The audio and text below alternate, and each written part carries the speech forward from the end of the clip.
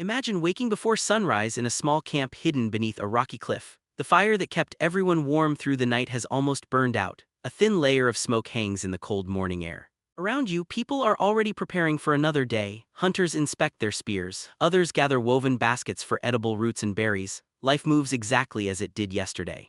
But for one young girl, today will be remembered forever. She walks away from the camp toward a nearby stream to wash her face. As she kneels beside the water, something catches her eye, dark red stains spread across her legs. She freezes. There are no cuts. She doesn't remember falling. No animal attacked her during the night, yet somehow her body is bleeding. For a few terrifying moments she has no idea why. Today that mystery rarely lasts long.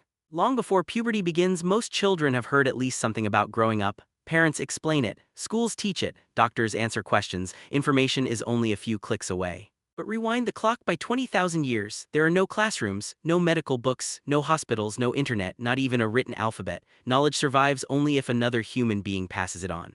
Now think about how many women throughout history experienced this exact moment. Not hundreds, not thousands, but billions. Almost every woman who has ever lived has at some point reached the day her body quietly entered a new stage of life. It is one of the most common experiences in human history, and yet it is also one of the least visible. History remembers emperors, it remembers battles, it remembers pyramids, temples, and kingdoms. We know the names of conquerors who lived thousands of years ago, but the ordinary experiences of everyday women often disappeared without leaving a trace. That raises an interesting question. If menstruation has been part of human life for as long as humans have existed, why is it almost absent from the archaeological record? The answer has less to do with secrecy than with survival. Archaeologists can only study what time allows to survive. Stone tools last, animal bones last, clay pots survive for thousands of years buried beneath the ground. But the objects people used every single day are usually made from very different materials. Plant fibers decay, leather breaks down, wood rots, soft moss disappears, cloth slowly returns to the earth.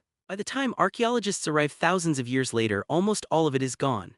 Imagine trying to understand modern life if every piece of clothing, every notebook, every towel, and every paper document vanished forever, leaving behind only bricks, glass, and metal. That is the challenge researchers face when studying the daily lives of prehistoric people. The most ordinary parts of human existence are often the hardest to recover. So when it comes to understanding how women managed their periods before civilization, scientists must become detectives. Instead of finding direct answers, they collect tiny pieces of evidence. They compare ancient skeletons. They study modern hunter-gatherer communities, they examine early medical texts, and slowly, one clue at a time, a remarkable story begins to emerge. It isn't a story about embarrassment or shame, it's a story about adaptation. About knowledge passed quietly from one generation to the next, and about an experience so universal that almost everyone assumed it would never need to be written down. Before we can understand how women managed it, though, we need to answer another question. Would a girl living 20,000 years ago even have reached puberty at the same age as girls today? The answer is more surprising than most people expect.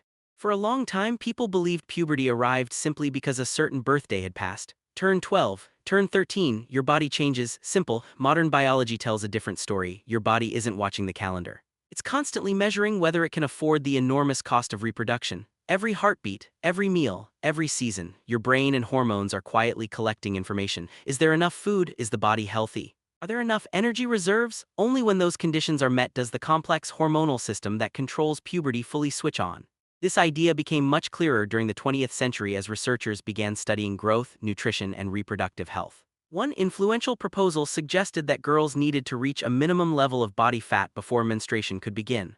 While scientists continue to debate the exact percentage, the central idea has remained surprisingly consistent. The body doesn't simply ask, "How old are you?" It asks something much more important. Can you survive what's coming next? That question becomes especially interesting when we look back into prehistory. Life for hunter-gatherers wasn't built around supermarkets or regular meals. Some weeks were plentiful, others were anything but. A successful hunt might provide enough meat to feed an entire group, then days could pass with almost nothing. Seasonal fruits appeared only for short periods. Harsh winters could reduce food supplies even further. Staying alive required constant movement. People walked long distances every day. They climbed hills, collected firewood, gathered plants, carried children, tracked animals across rough landscapes. Every task burned precious calories. Anthropologists studying modern hunter-gatherer societies have noticed something fascinating.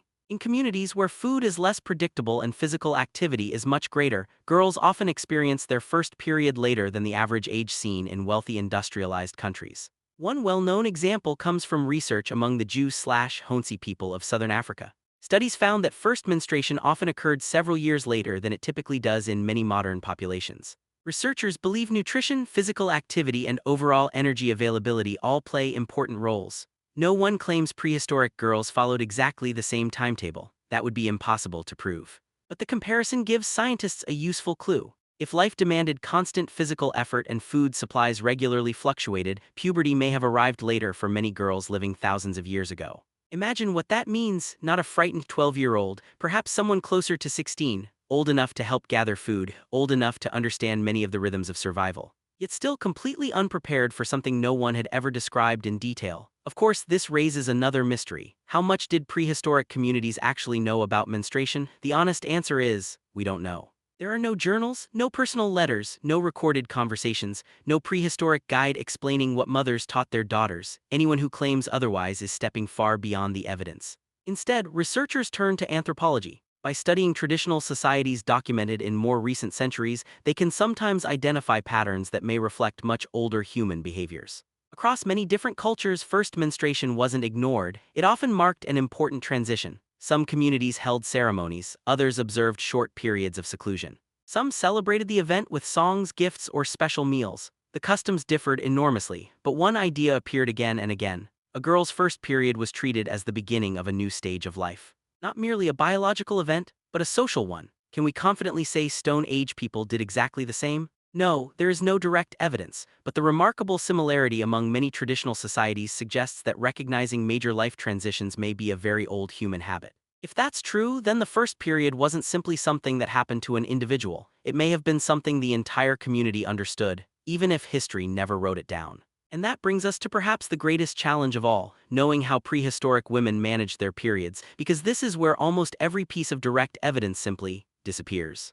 If archaeologists uncovered a Stone Age cooking pot tomorrow, they could tell you quite a lot about it. They could estimate its age, identify the clay it was made from, sometimes even determine what food had once been cooked inside it. But ask a much simpler question: what did prehistoric women use during menstruation? And suddenly the evidence almost disappears.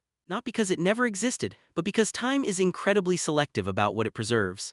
Imagine burying a modern backpack underground today. Inside it are a cotton shirt, a paper notebook, a towel, a wooden spoon, and a steel knife. Wait 20,000 years, the knife would probably still be there. The wooden spoon might leave only faint traces. The paper would be gone, the towel would have completely decayed, the shirt would have vanished.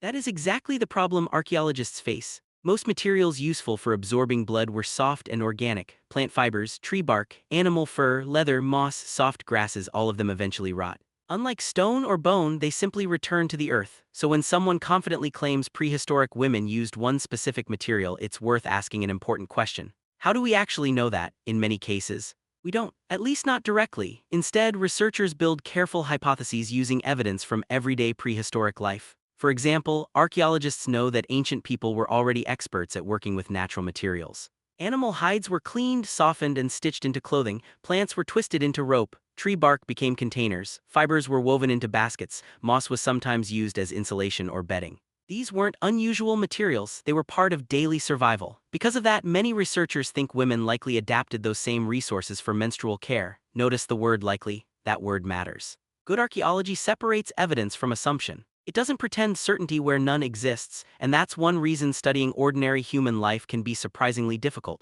People usually record extraordinary events: a great hunt, a powerful king, a famous battle. They rarely stop to describe the tasks everyone already understands. Nobody writes instructions explaining how to drink water, or how to tie a knot, or how to sleep. The more ordinary something is, the less likely anyone thinks future generations will need an explanation. Menstruation may have fallen into exactly that category. It was simply part of life. Not something people imagined would become a historical mystery thousands of years later. Then, something changed forever. Around 5,000 years ago, humans began recording information in writing. For the first time, everyday experiences slowly started leaving permanent evidence. Instead of relying only on broken tools and buried bones, historians could now read what ancient people actually wrote.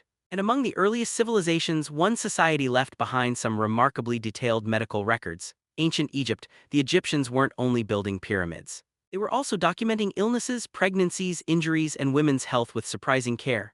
One of the oldest surviving examples is the Kahun gynecological papyrus, written around 1800 before the Common Era. Rather than treating menstruation as some mysterious curse, the document discusses women's health alongside fertility and pregnancy. A few centuries later, another famous medical text, the Ebers Papyrus, described different kinds of bleeding and recognized that physicians should pay attention to changes in menstrual patterns. That tells us something important. More than 3,000 years ago, menstruation wasn't being ignored by Egyptian medicine. It was considered part of healthcare, a condition worthy of observation, discussion, and treatment. This may sound ordinary today, but it represents one of the earliest written windows into an experience that had accompanied humanity for hundreds of thousands of years. For countless generations before those papyrus scrolls were written, women had already solved these problems without written instructions. Now, for the first time, history had finally begun taking notes. But Egypt wasn't the end of the story. As civilizations grew across the Mediterranean, Greek and Roman physicians would begin studying the female body in even greater detail. Some of their ideas were surprisingly thoughtful. Others were completely wrong, yet together they reveal something remarkable. Ancient medicine was asking many of the same questions that science continues to investigate today. For tens of thousands of years, women experienced menstruation without leaving behind a written explanation. Knowledge traveled the oldest way imaginable from one person to another. A mother taught her daughter. An older relative shared what experience had already taught her. Nothing was written because nothing needed to be. Survival depended on memory, not paper. Then civilization changed everything. As cities grew larger and writing became more common, people began recording subjects that earlier generations had simply carried in their heads.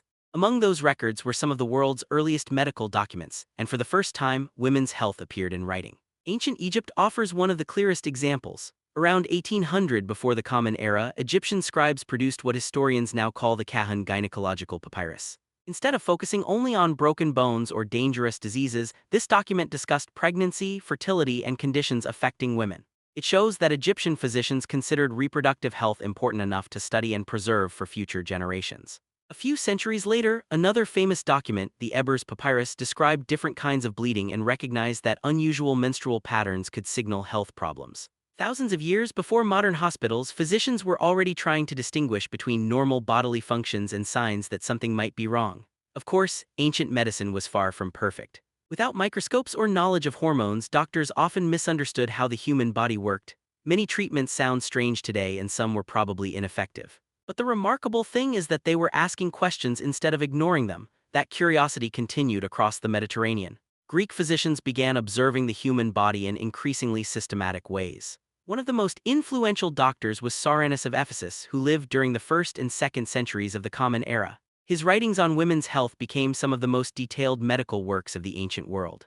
Rather than relying entirely on myths or superstition, Soranus encouraged careful observation. He discussed menstruation, pregnancy, childbirth, and the care of both mothers and infants. He even suggested that women experiencing especially painful periods should rest, a recommendation that doesn't sound unusual even today. Not every ancient idea proved correct. Some theories about the body have long since been replaced by modern science, but those writings reveal something important. Menstruation wasn't invisible. It was being discussed, debated, and studied by physicians nearly 2,000 years ago. Yet despite all these written records, one mystery remained. The texts survived, the products didn't. Cloth, woven fibers, soft padding, and other absorbent materials rarely last for thousands of years. They decay long before archaeologists uncover ancient settlements. As a result, historians often know more about what doctors wrote than about the everyday objects women actually carried. That gap in the evidence has allowed countless myths to spread online. Every few months, a new article confidently claims that ancient women definitely used one specific material or another.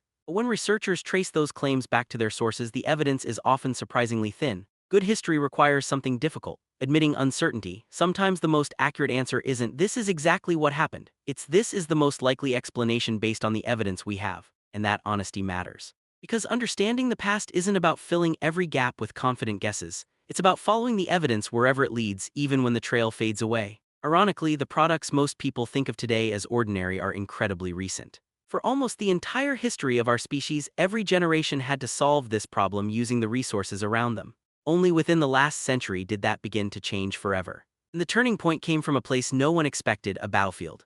For almost all of human history, there was no store to visit, no pharmacy, no brightly colored aisle filled with products designed for periods. If you needed a solution, you created one yourself. Generation after generation, women relied on whatever their environment could provide. They adapted, experimented, and shared practical knowledge with daughters, sisters, and friends. That quiet exchange of experience continued for thousands upon thousands of years without factories, advertisements, or instruction manuals. Then, surprisingly, modern menstrual products arrived far later than most people imagine. The first commercially marketed disposable menstrual pads appeared in the late 19th century. One early brand introduced in the 1890s struggled almost immediately. The problem wasn't the product. It was society. In many places, menstruation had become something people avoided talking about. Shopkeepers felt awkward selling the products. Customers often felt embarrassed asking for them. Advertising them openly was considered inappropriate. Even though millions of women needed them, the conversation around them remained hidden. Everything changed because of a war. During the First World War, nurses noticed that a new type of medical dressing absorbed blood far better than traditional cloth. It was lightweight, highly absorbent, and intended for treating wounded soldiers. After the war ended, manufacturers realized that the same material could solve an everyday problem women had faced for countless generations. A medical invention designed for battle unexpectedly transformed everyday life. A few decades later came another major milestone. In the early 1930s, American physician Dr. Earl Haas patented an applicator tampon, creating a design that would eventually become familiar around the world. Products like these gradually became more available, offering options that previous generations could scarcely have imagined. Take a moment to think about that timeline. Modern humans have existed for roughly 300,000 years. Commercial menstrual products have existed for little more than a century. That means for well over 99% of our species' history, women managed without anything resembling the products many people now consider completely ordinary. And suddenly, the mystery we began with starts to make sense. Why does such a universal experience leave so little evidence? Because the tools themselves disappeared, the materials decayed. And for much of recent history, many societies stopped talking openly about the subject. One force erased the physical evidence, the other erased the conversation, yet neither erased the experience. Somewhere, tens of thousands of years ago, a young girl stood beside a stream wondering why her body had changed. She wasn't the first, she wouldn't be the last. Across continents, across languages, and across thousands of generations, millions of women experienced that same confusing morning. They learned from those around them, adapted to the world they lived in, and quietly carried on with daily life. They gathered food, raised children, helped their communities survive, built civilizations. All while managing something so ordinary that history rarely thought to record it. Perhaps that's the most remarkable part of this story, not that archaeologists struggle to find evidence, but that one of humanity's oldest shared experiences continued successfully for hundreds of thousands of years without instruction books, modern medicine, or supermarket shelves. It survived because people shared knowledge. One conversation at a time, one generation at a time. So the next time you walk past those products in a store without giving them a second thought, remember how recent they really are. Behind every package lies a history stretching back hundreds of thousands of years, a history written not in stone monuments or royal chronicles but in quiet acts of resilience that almost vanished from the record. Some of the greatest stories in human history were never carved into stone, they were simply lived.